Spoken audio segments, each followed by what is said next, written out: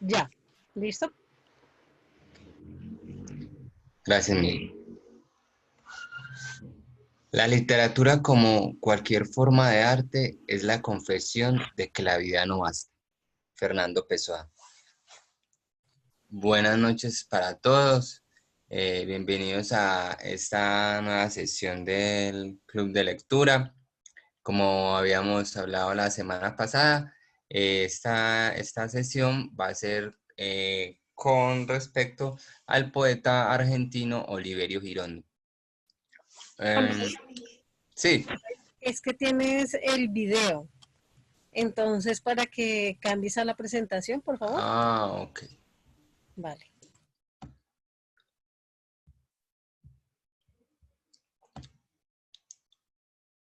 Ya. Sí, señor. Ok. Bueno, como habíamos hablado la semana pasada, hoy vamos a hablar del poeta argentino Oliverio Girondo. La semana pasada estuvimos hablando del poeta Vicente Huidobro y les expuse el video pues, que habíamos hablado, organizado todos del poema Altazor, Canto 2. El video todavía no lo he terminado de editar, ya para el lunes, creo que ya para el lunes estará listo y yo les comparto el enlace a todos, a sus respectivos correos, para que por favor no se olviden de llenarnos siempre pues como el formulario, que igual esto nos sirve mucho para continuar con el espacio. Entonces, damos inicio.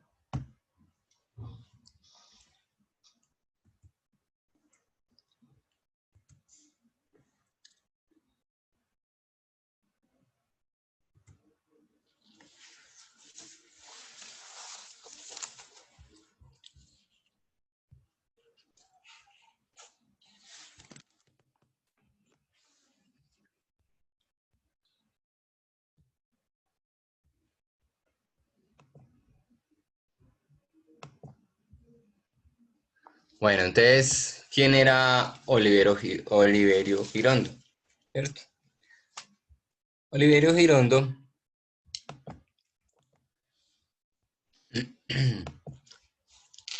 nombre completo era Octavio José Oliverio Girondo. Nació en Buenos Aires en 1891 y murió también en la ciudad de Buenos Aires, Argentina, en 1967. Él era pues de una familia de buena posición, lo cual esto digamos que le permitió a él desde temprana infancia, desde temprana edad, recorrer Europa, conocer muchas ciudades de Europa, ¿cierto? Incluso él estudió en Inglaterra y estudió en Francia. Y eso le permitió como empaparse y como conocer todo lo que era esa corriente surrealista que, que digamos que le influyó bastante, ¿cierto? Entonces, igual, gracias a todo esto, él entabló relaciones literarias y amistosas con poetas y artistas del continente europeo. Se conoce, por ejemplo, que él fue muy amigo de Federico García Lorca, ¿cierto?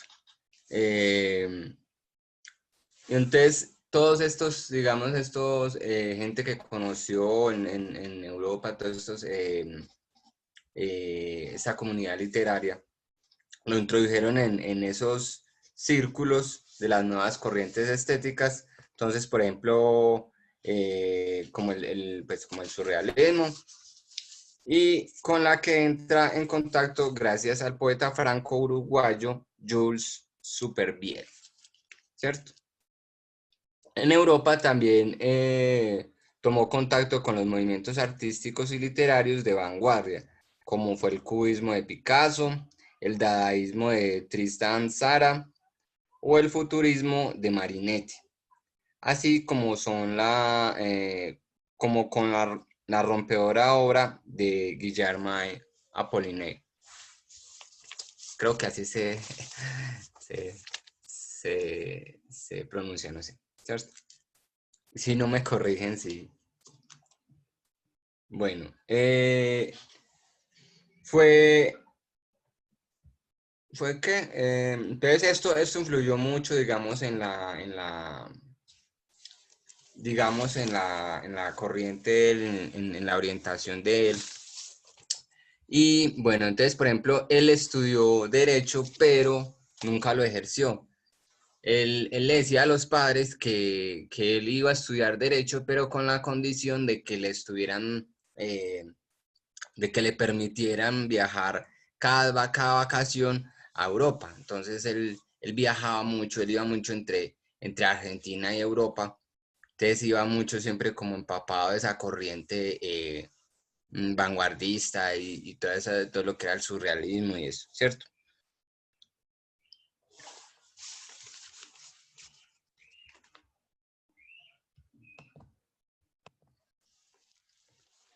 Bueno, entonces sus primeros pasos por la poesía lo relacionaron con el nacimiento del vanguardismo en su país. Colaboró con publicaciones literarias de gran importancia y por las que pasaron autores de renombre y fue miembro de la vanguardia poética argentina junto a Jorge Luis Borges y Raúl González Tuñón. Ellos fueron pues como lo que fue Borges y él fueron grandes amigos, pero hasta una época, ¿cierto? Tuvieron una gran amistad, pero esa amistad se rompió, ya les voy a contar. ¿Por qué? Por, digamos, lo que llaman ahora líos de falda. Bueno, fue catalogado como uno de las grandes promesas de la vanguardia argentina, tras sus obras 20 poemas para ser leídos en el tranvía y calcomanías. Entonces, bueno, lo de la enemistad con Borges, resulta que Borges estaba enamorado de una prima que era 6 años menor que él, ¿cierto? Ella se llamaba Nora Lange, que era también una poeta, ¿cierto? Y resulta que ellos habían sido invitados a una ceremonia de un poeta, se llamaba Ricardo Giraldes, ¿cierto? Entonces resulta que ellos se sentaron junto a Oliverio Girondo, ¿cierto? Y entonces ahí pasó algo que, digamos, llevó a que Oliverio Girondo se fijara en Nora Lange y a su vez ella también en él, lo cual a Borges no le gustó mucho y desde entonces hubo esa enemistad entre los dos. Pero entonces algo como muy cómico porque, por ejemplo, menciona, se conoce pues de ella que explica o narra, digamos, ese momento, entonces dice, él había comprado una botella de vino especial y la tenía en el suelo, al lado de la mesa. Yo la tiré en un descuido. Oliverio me dijo con su voz de caoba de subterráneo, parece que va a correr sangre entre nosotros. Le dijo él a Nora, pero como en un, pues, como un tono coqueto, digámoslo así. Entonces a Borges eso le ofendió mucho porque Borges ya venía pues como cortejándola, ya venía pues como coqueteándola, ¿cierto? Entonces esa intromisión de Oliverio ahí generó como esa enemistad, lo cual llevó a que después Borges criticara mucho la obra de Oliverio, diciendo que era muy estúpida, de que era absurda, de que, ¿cierto? Eh, pero todo por esto, ¿cierto? Y digamos que ese fue como el amor de la vida de Oliverio, porque ellos tuvieron un noviazgo siempre largo y se comprometieron en 1934 y se vinieron a casar en 1943. Y fue pues como la esposa hasta el final. Bueno, entonces ya él, pues, él sufrió una parálisis que fue en 1961 a causa de un accidente de tránsito, fue como fue arrollado y quedó paralítico y ya eso pues como hasta el final ya quedó así hasta el final de su vida en 1967. Si desean, espérame, bueno, si desean hacer algún comentario o algo, me comentan, listo, y yo les voy dando la palabra. Listo. Hasta el momento no tenemos ningún comentario. Esperamos que nos Bueno, escuchen pronto, que hagan sus participaciones. Están como muy tímidos hoy. sí, sí. Es que, bueno, resulta que, bueno, igual Oliverio Girondo no es tan conocido y incluso no, en ese entonces tampoco era tan conocido. Bueno, entonces acá les muestro pues, este era Oliverio Girondo con Nora Lange.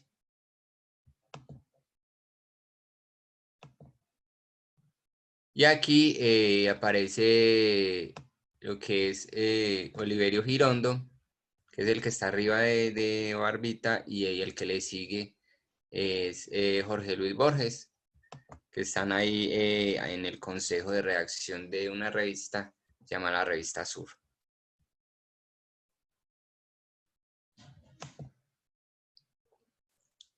Digamos que Oliverio Girondo fue uno de los junto a Borges, fue como de los mayores representantes del surrealismo en Argentina. El espantapájaros. Este es un trabajo que él saca después de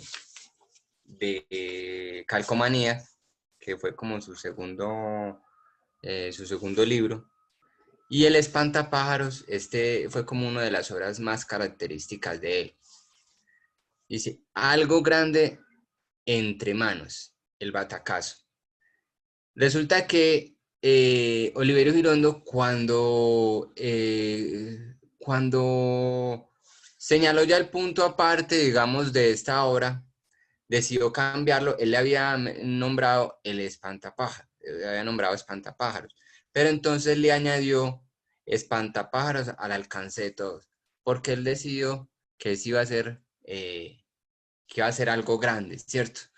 Entonces, cuando él decidió eso, él pensó, si yo quiero hacer algo grande, no me gano nada solo como con sacarlo y ya, o sea, que se venda y ya, no, tengo que hacerlo que sea algo más grande. Entonces, él hizo ese mismo muñeco que está en la portada, que se lo hizo pues un ilustrador, ese mismo muñeco lo hizo en papel maché y lo hizo de un tamaño de 3 metros. Y ese muñeco lo ataron a una carroza fúnebre que era arrastrada por 3 caballos y la pusieron a recorrer toda la ciudad durante 3 días. Entonces eso se volvió pues como un asombro. Pues imagínate este muñeco, ya les voy a mostrar, este muñeco dándole la vuelta a toda la ciudad. Pues ya generaba como una curiosidad. Entonces, incluso dicen que él fue como el que comenzó como con esa publicidad editorial, ¿cierto? Que antes no se conocía pues como esa publicidad que se da ahora, digamos, cuando se va a lanzar un libro y todo eso, no. Entonces, digamos que le incursionó, digámoslo, por algo así, por decirlo así, como con eso. Entonces, este muñeco, vean, pues es grande, recorría toda la ciudad durante 3 días y donde se iba a distribuir el libro, donde se iba a vender, contrataron a varias mujeres hermosas para que fueran las que estuvieran allá vendiendo el libro. Y la idea con el muñeco es que al final se iba a quemar era una sociedad de escritores argentinos y se iba a quemar allá, ¿cierto? Como algo simbólico. Pero la esposa le dijo que no, que pues que mejor conservarlo. Y al final, pues entonces este muñeco adornaba la entrada de la casa de Oliverio Girondo. Pero ya, pues ya después pasó al museo, que incluso en este momento está en el museo en Buenos Aires.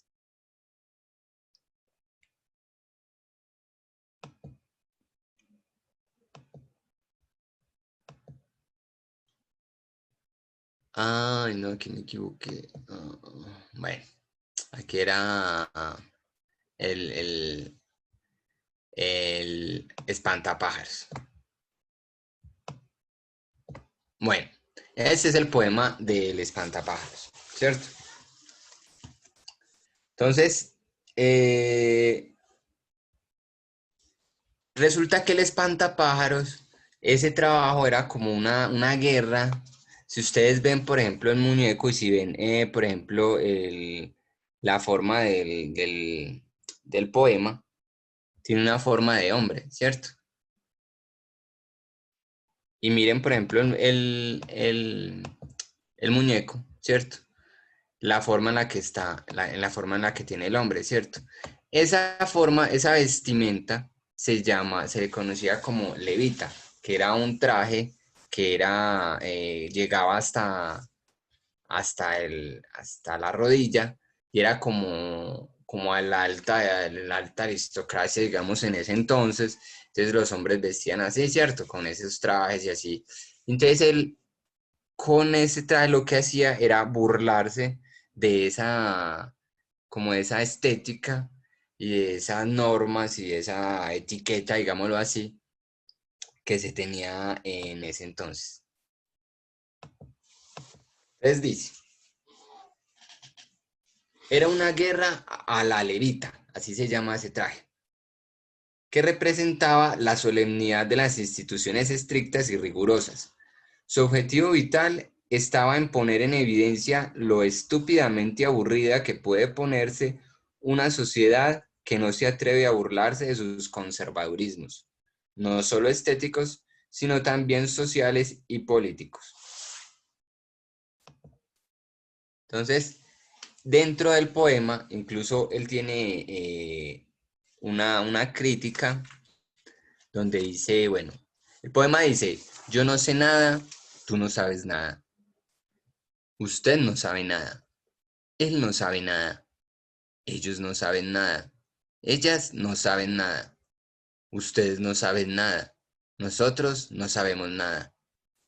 La desorientación de mi generación tiene su explicación en la dirección de nuestra educación, cuya idealización de la acción era, sin distinción, una mistificación, en contradicción con nuestra propensión a la meditación, a la contemplación y a la masturbación. Gutural lo más guturalmente que se pueda. Creo que creo, en lo que creo que no creo, y creo que no creo en lo que creo que creo. Cantar de las ranas. Y a, ay, y sualí, yasua. Bujo es bujo. Las ta las. Es a es. Kakaki, kakaka. Lele no lele. Ras es ras. Arri, aba, ta, tu, arri, aba. Entonces, aquí ustedes ven, por ejemplo, en lo que está subrayado en rojo, ¿cierto? Dice, la desorientación de mi generación tiene su explicación en la dirección de nuestra educación, cuya idealización de la acción era, sin discusión, una mistificación. Entonces ahí quería decir una falsificación. Entonces, si nos educan con falsedades, decía, ¿para qué seguir aprendiendo? Esa era la guerra, esa era la guerra. El odio jocoso que Girondo le declaró a la levita, a todas las convenciones que nos atan, como un espantapájaros, a la tierra inamovible, incapaz de disfrutar, como los pajarracos, la libertad del ir y venir.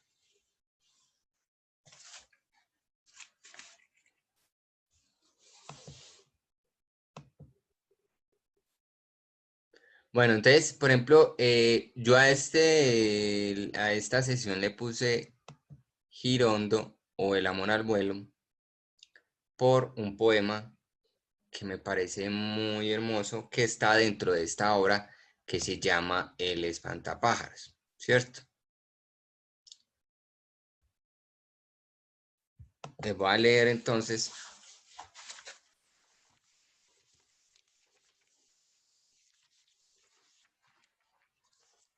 Ese poema es el segundo poema que aparece en esta obra del espantapájaros y comienza así, dice. No sé, me importa un pito que las mujeres tengan los senos como magnolias o como pasas de higo, un cutis de durazno o de papel de lija. Le doy una importancia igual a cero al hecho de que amanezcan con un aliento afrodisíaco o con un aliento insecticida. Soy perfectamente capaz de soportarles una nariz que sacaría el primer premio en una exposición de zanahorias. Pero eso sí, y en esto soy irreductible. No les perdono, bajo ningún pretexto que no sepan volar. Si no saben volar, pierden el tiempo conmigo. Si no saben volar, pierden el tiempo las que pretendan seducirme. Esta fue, y no otra, la razón de que me enamorase tan locamente de María Luisa. ¿Qué me importaban sus labios por entregar y sus encelos sulfurosos? ¿Qué me importaban sus extremidades de palmípedo y sus miradas de pronóstico reservado? María Luisa era una verdadera pluma. Desde el amanecer volaba del dormitorio a la cocina, volaba del comedor a la despensa, volando me preparaba el baño, la camisa, volando realizaba sus compras, sus quehaceres. Con qué impaciencia yo esperaba que volviese volando de algún paseo por los alrededores. Allí lejos, perdido entre las nubes, un puntito rosado. María Luisa, María Luisa. Y a los pocos segundos ya me abrazaba con sus piernas de pluma para llevarme volando a cualquier parte. Durante kilómetros de silencio planeábamos una caricia que nos aproximaba al paraíso. Durante horas enteras nos anidábamos en una nube, como dos ángeles, y de repente, en tirabuzón, en hoja muerta, el aterrizaje forzoso de un espasmo. Qué delicia la de tener una mujer tan ligera, aunque nos haga ver de vez en cuando las estrellas. Qué voluptuosidad la de pasarse los días entre las nubes, la de pasarse las noches de un solo vuelo. Después de conocer una mujer etérea, ¿puede brindarnos alguna clase de atractivos una mujer terrestre? ¿Verdad que no hay diferencia sustancial entre vivir con una vaca o con una mujer que tenga las nalgas a 78 centímetros del suelo? Yo por lo menos soy incapaz de comprender la seducción de una mujer pedestre, y por más empeño que ponga en concebirlo, me es imposible ni tan siquiera imaginar que puede hacerse el amor más que volando. Ese es el poema que, digamos, por eso fue que seleccioné como ese título para, este, para esta sesión. Y es un poema que es muy característico, que representa mucho, digamos, ese trabajo del espantapájaros. Bueno, con respecto a ese poema, entonces dice que se consideraba parte de esa tendencia estética llamada feísmo. O sea, Oliverio se consideraba parte de esa tendencia estética llamada feísmo. Si la poesía puede hacer del lenguaje algo más interesante que la realidad, entonces todo es belleza, incluso la fealdad, si es que el poeta lo quiere. Esa libertad interpretativa, la de volar bien lejos del suelo, él la consideraba clave para crear. su necesidad era la disrupción, o sea, romper con todo. Entonces ahí, o sea, si ustedes escucharon bien el poema, o sea, cómo habla de la belleza y la belleza del vuelo, ¿cierto? O sea, de que no importa la apariencia física con tal de que esa mujer vuele, ¿cierto? Entonces esa belleza, digamos que más interna que eso, esa superficialidad, pues que muestra, digamos, solo la apariencia física. Voy a leerles. Están como callados, no quieren participar. Sí, están bien calladitos hoy. Bueno, Me entonces, pregunta Doris, ¿cómo se llama ese poema? no, el poema no tiene nombre como tal, pero lo encuentras, buscando en Google, lo encuentras como No se me importa un pito.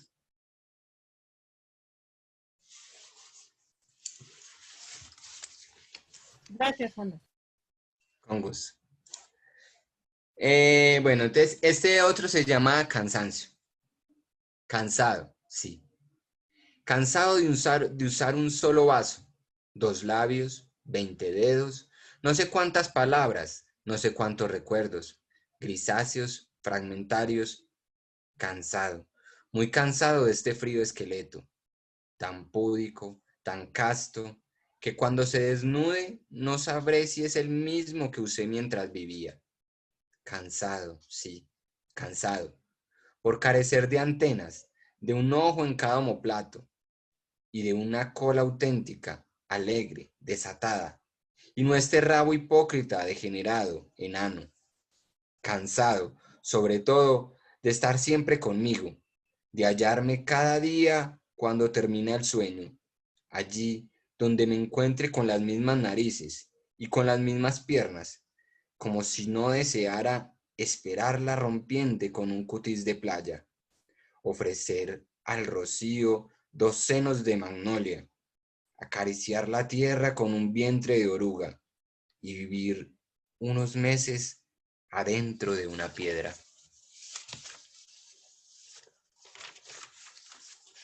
Wanda, por acá tenemos comentario del profe Maximiliano. Sí. Dice, ¿quién no le ha tocado tener una novia de esa categoría? ¿Un espantapájaros? Espérame, estéticamente, más vale un ave dentro del puerto de los ojos que un espantapájaros pasajeros. Responde Diana, novios también. Y Maximiliano dice, más vale un ave dentro del puerto de los ojos de un espantapájaros que te robe los sueños. Ujú. Muchas gracias, Incluso Diana, y al profe Maximiliano. ahorita les voy a mostrar una escena también de la misma película que les he mostrado pues últimamente, sino que es que en esa película aborda muchos poemas de diferentes poetas, pero en esa película, como el poeta, o sea, el personaje como tal de la película se llama Oliverio.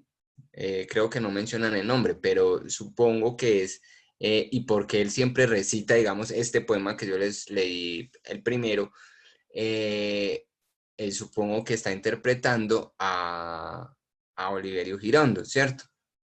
En una historia ficticia. Pero en la historia como tal, él va buscando eso, va buscando la mujer que vuela. Entonces, él siempre recita mucho esa frase, ese poema de Oliverio Girondo. Entonces, él siempre se lo recita mucho a las mujeres con las que se acuesta, porque él dice que él busca la mujer que vuela. Ahorita les voy a mostrar como una parte para que entiendan como a lo que me refiero. Dice, dicotomía incruenta. Este es otro. Siempre llega mi mano más tarde que otra mano que se mezcla a la mía y forman una mano. Cuando voy a sentarme, advierto que mi cuerpo se sienta en otro cuerpo que acaba de sentarse, a donde yo me siento. Y en el preciso instante de entrar en una casa, descubro que ya estaba antes de haber llegado. Por eso es muy posible que no asista a mi entierro y que mientras me rieguen de lugares comunes, Ya me encuentro en la tumba, vestido de esqueleto, bostezando los tópicos y los llantos fingidos. Sí, el lado oscuro del corazón.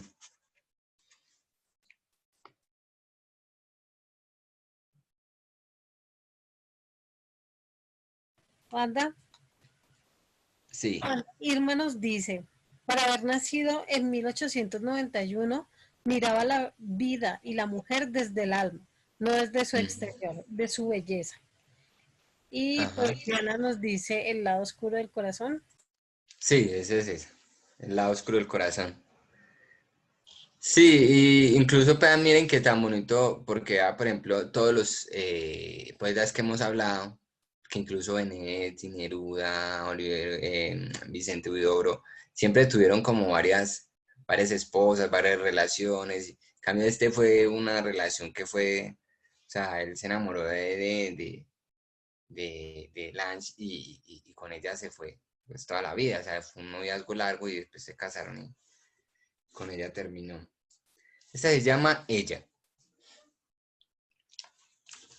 Es una intensísima corriente, un relámpago ser del hecho, una dona mórbida ola, un reflujo zumbo de anestesia, una rompiente entre floreciente, una voraz contráctil prensil corola entreabierta, y su rocío afrodisíaco, y su carnalescencia, natal, letal, alveolo beodo de violo. Es la sed de ella y sus vertientes lentas entre muertes, que estrellan y disgregan, aunque Dios sea su vientre. Pero también es la crisálida de una inhalada larva de la nada, una libélula de médula, una oruga lúbrica desnuda, solo nutrida de frotes, un chupo chupo sucubo molusco, de gota a gota, boca a boca, lo mucho, mucho gozo, la muy total sofoco, la total shock tras shock, la íntegra colapso, es un hermoso síncope confuso, un cross de amor pantera al plexo trópico, un knockout técnico dichoso, sino un compuesto terrestre de lívido edén infierno.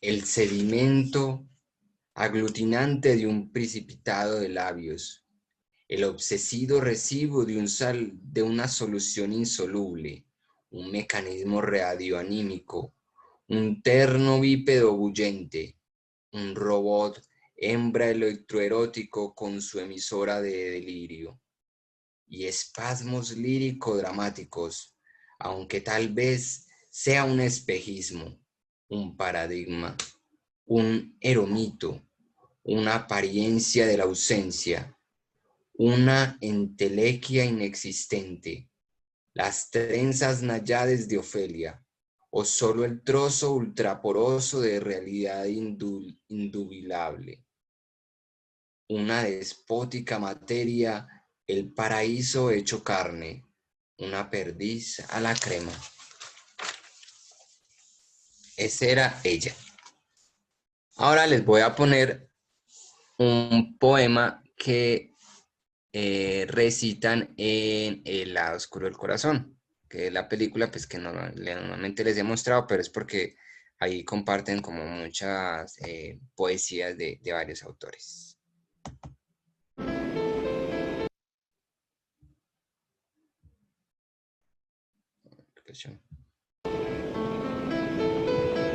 Llorar a lágrima viva, llorar a chorros, llorar la digestión, llorar el sueño, llorar ante las puertas y los puertos, llorar de amabilidad y de amarillo, abrir las canillas, las compuertas del llanto, empaparnos el alma, la camiseta, inundar las veredas y los paseos y salvarnos a nado de nuestro llanto, asistir a los cursos de antropología llorando, festejar los cumpleaños familiares llorando, atravesar el África llorando. Llorar como un cacuy, como un cocodrilo, si es verdad que los cacuyes y los cocodrilos no dejan nunca de llorar. Llorarlo todo, pero llorarlo bien. Llorarlo con la nariz, con las rodillas. Llorarlo por el ombligo, por la boca. Llorar de amor, de hastío, de alegría.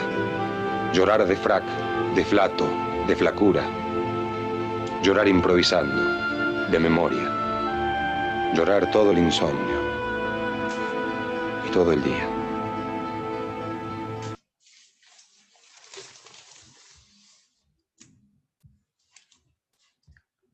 Bueno, ese era...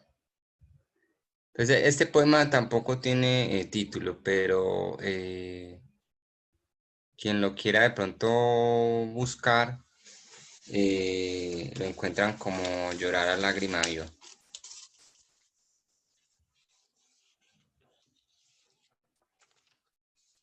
Bueno, este poema se llama poema número 12.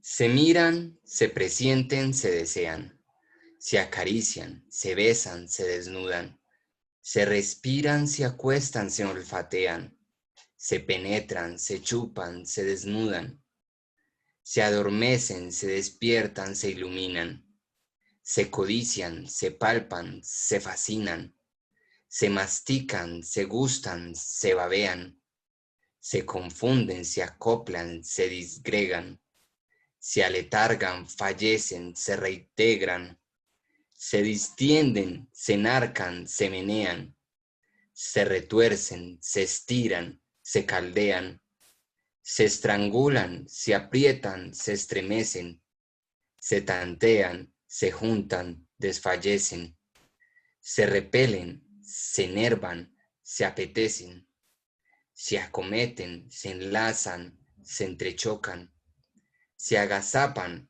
se apresan, se dislocan, se perforan, se incrustan, se acribillan, se remachan, se injertan, se atornillan, se desmayan, reviven, resplandecen, se contemplan, se inflaman, se enloquecen, se derriten, se sueldan, se calcinan, se desgarran, se muerden, se asesinan, resucitan, se buscan, se refriegan, se rehuyen, se evaden y se entregan.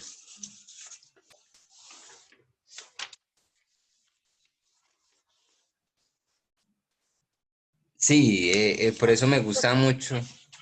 ¿Ah? ¿Lo viste, lo de Diana? Sí, Ah, por bueno, eso me... lo leo, ¿listo? Sí, Diana nos dice hermoso, y esa forma de declamar tan sentida, llorar a lágrima viva.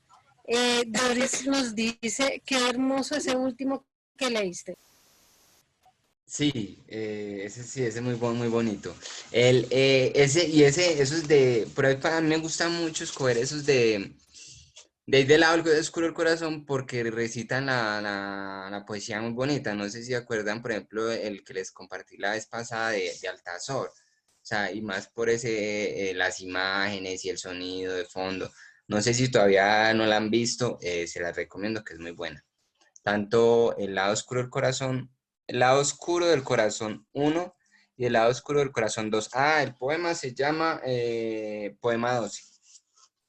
Poema 12 de Oliverio Girondo.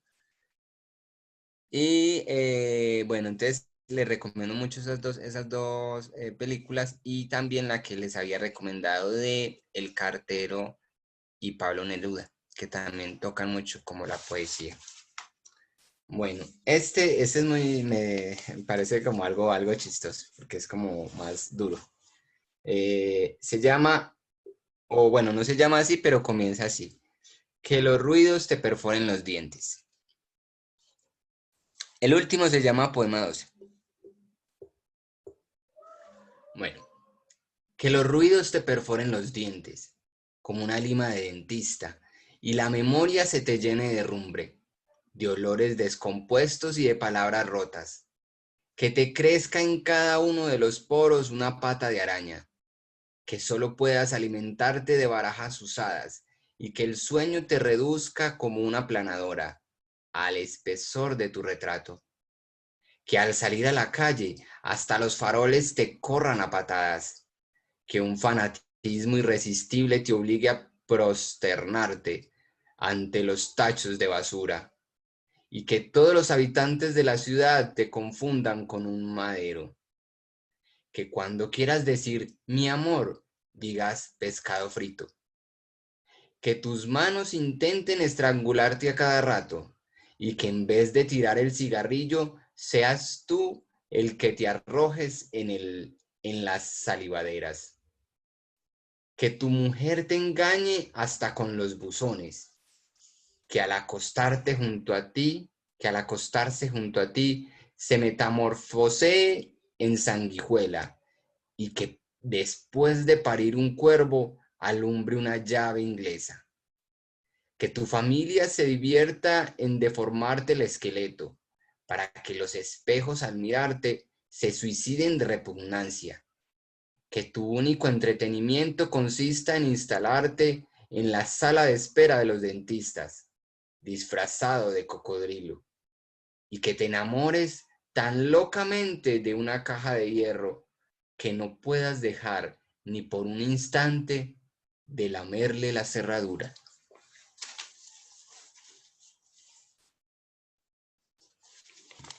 Ese me parece chistoso, no sé. Bueno, este es cortico, se llama Pleamar. Nada ansío de nada, mientras dura el instante de eternidad que es todo, cuando no quiero nada.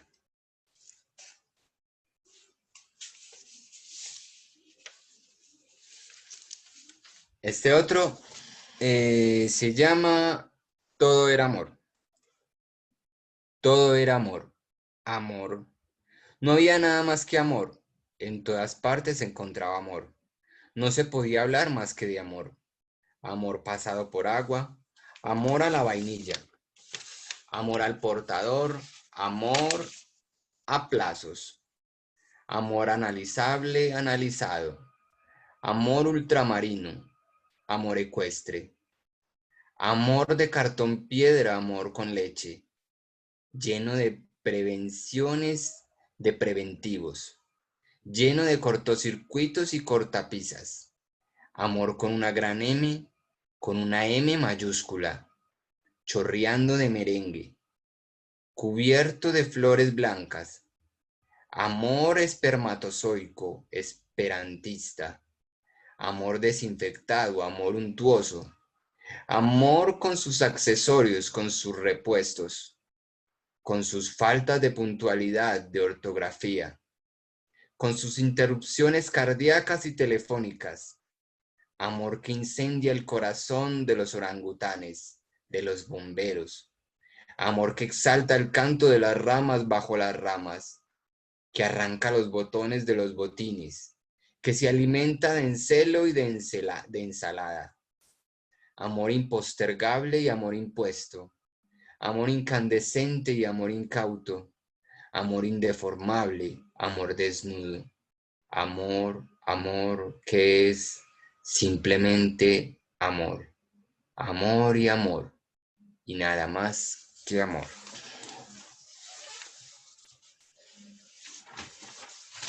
Bueno, entonces, están callados hoy. Les voy a compartir. Sí, están como apagados. Bueno, les voy a compartir este poema que fue el primero que les mencioné, pero, o sea, ahí no está completo, pero me parece muy bonito y más el significado que ya les voy a mostrar.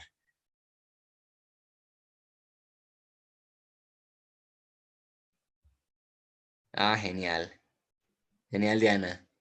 Ve, es bueno, ese es otro que hay que de pronto más adelante rescatar.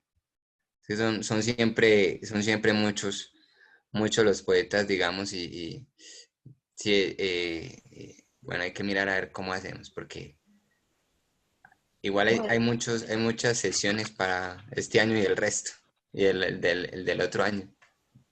Listo. En cuanto a lo que dice Wanda, es porque Diana nos comenta, me recuerda a los amorosos de Jaime Sabines. Y nos dice Irma, nos tiene callados tanto amor que brota de las palabras del poeta. Sí, es bonito. Esperen, esta es muy bonito y el significado que le dan en la película es muy bonito.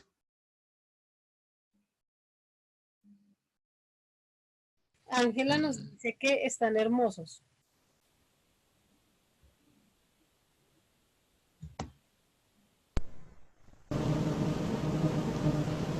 Me importa un pito que las mujeres tengan los senos como magnolias o como pasas de higo.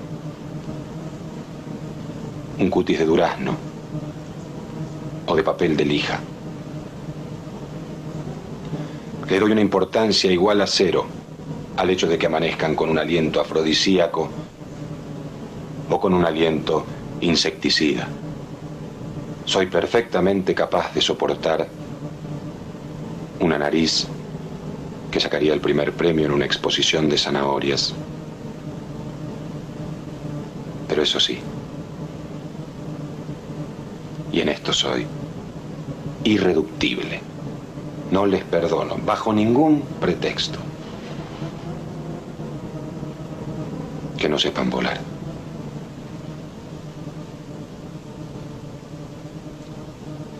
Si no saben volar, pierden el tiempo conmigo.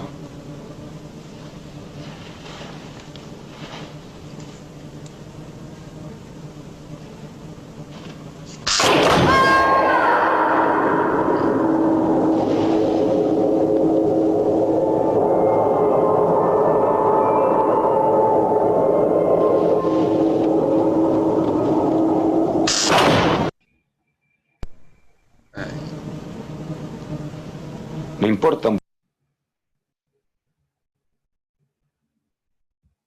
Bueno, ¿qué opinan de esa escena, de ese poema y el final, digamos, de esa escena? Para que hablemos y...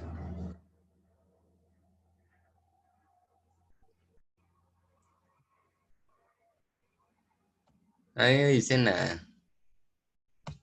No, señorito, están demasiado callados. Si alguien está interesado de abrir su micrófono, bueno, por acá nos dice Diana, muy surrealista.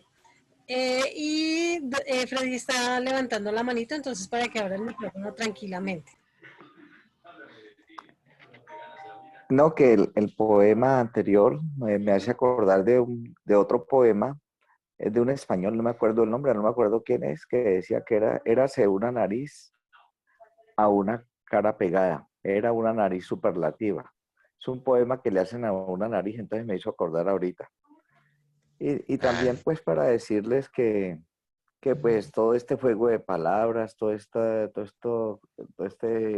invento de palabras, no es sino como el momento histórico de una época de desesperanza, de una época de guerras, la Primera y Segunda Guerra Mundial, eh, problemas de crisis económicas, enfermedades nuevas. Entonces es una época de desesperanza, en donde pues cambia todo lo en cuanto a los artistas como tal, representan pues una forma de protestar, ¿sí? Haciendo cosas nuevas, haciendo creatividad. Y esto lo que hicieron los poetas. ujú. Tratando de olvidarse de lo viejo, de las rimas, de, de la métrica, todas esas cuestiones, ¿no? Y darle mucho uso a la metáfora. Ellos con esas palabras y con esas cuestiones quieren decir mucho. Son metáforas como atrevidas, digámoslo así. Entonces, ese era mi comentario. Muchas gracias. Gracias, Freddy. Sí, incluso ellos, digamos, rompían mucho, pues, como con el orden establecido y iban en medio de su poesía, digamos, hacían muchas críticas sociales y hacían mucho juego con ese juego de palabras, ¿cierto? En esta escena, digamos, en la caída al vacío, entonces decía, la escena que suele ser catalogada de machista guarda una pulsión necesaria, la de buscar la autenticidad de las relaciones sociales, para que un amor repetido, inocuo, anclado al piso como un espantapájaros. Entonces, si ustedes ven en el poema, él hablaba de buscar la mujer que volaba, ¿cierto? Pero cuando habla de la mujer que vuela, es eso que habla acá de la autenticidad de las relaciones sociales, no esas relaciones, ¿cómo te digo?, superficiales, vacías, sino como llenas de sentido, llenas de corazón, ¿cierto? Entonces eso es lo que él hablaba, cuando él, por ejemplo, un día el botón no era por el desprecio en sí hacia la mujer, sino cuando consideraba a la persona vacía, ¿cierto? Cuando la consideraba que no tenía nada, como no tenía esa belleza de la que él hablaba sobre la mujer que volaba, porque incluso hay en una escena donde él mismo se hunde el botón de su lado y cae al vacío. Y no es que realmente la persona caiga al vacío y pues como una película de terror, y no, sino que es algo metafórico, ¿cierto? Es como algo de que él se imagina y hunde el botón y cae la persona al vacío, y es eso, que considera a la persona vacía. Incluso en la película juegan mucho con esa parte metafórica. Y, por ejemplo, el protagonista tiene muchas discusiones, por ejemplo, con la muerte, que es un personaje que aparece, es de los protagonistas, digamos, en la película, y también con sus personalidades. Entonces, tiene su personalidad sensible y su personalidad lívida, ¿cierto? Y su personalidad como que más apegada a lo material. Entonces tiene una discusión como con esos. Entonces quería hacer como resaltar esa parte. Bueno,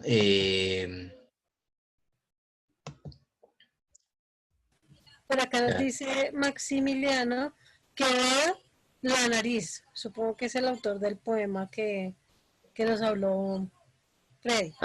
Freddy, sí. Y nos dice el deseo existencialista. Ajá. Ya. Pues no lo escogí todo porque pues pensé que se iba a alargar la cosa como siempre, pero solo recogí un fragmento de ese poema, que el poema es también pues larguito, pero pues como no, pensé que iba a alargarse, entonces no lo había escogido todo. Pero una parte escogí este fragmento que dice: hay que buscarlo, ignífero, superimpuro, leso, lúcido, beodo y novio, que hace referencia al poema. Este es un poema extenso pues que habla sobre la búsqueda del poema.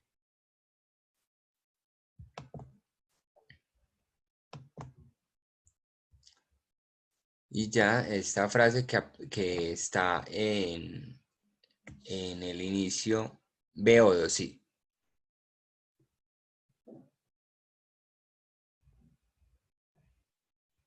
Y esta frase que está en el inicio de el 20 poemas para leer en un tranvía.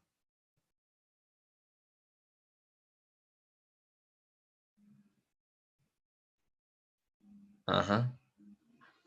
Sí, iba más como con romper con la estética, con el orden de las palabras. Incluso pueden ver que, digamos, lo mismo pasa, por ejemplo, lo mismo que con Vicente Doro, que acá no se ven mucho la, el- las acentuaciones, pues lo que son las comas, no se ven casi, como las puntuaciones, no se ven muy poco. Eso lo dice en referencia a lo que dice Diana Giraldo, ¿cierto? Sí. Listo, es que Diana nos escribe: esta época literaria se caracteriza por el rechazo a las ornamentaciones y las pompas. Eran menos sentimentalistas. Listo. Bueno, yo creo que eso era lo que les tenía para hoy. Para la otra semana todavía no he definido el tema porque posiblemente tengamos a un invitado, pero no, todavía no tengo seguro eso. Entonces, si no, el lunes les estaría enviando el tema porque ya pues poesía era hasta hoy.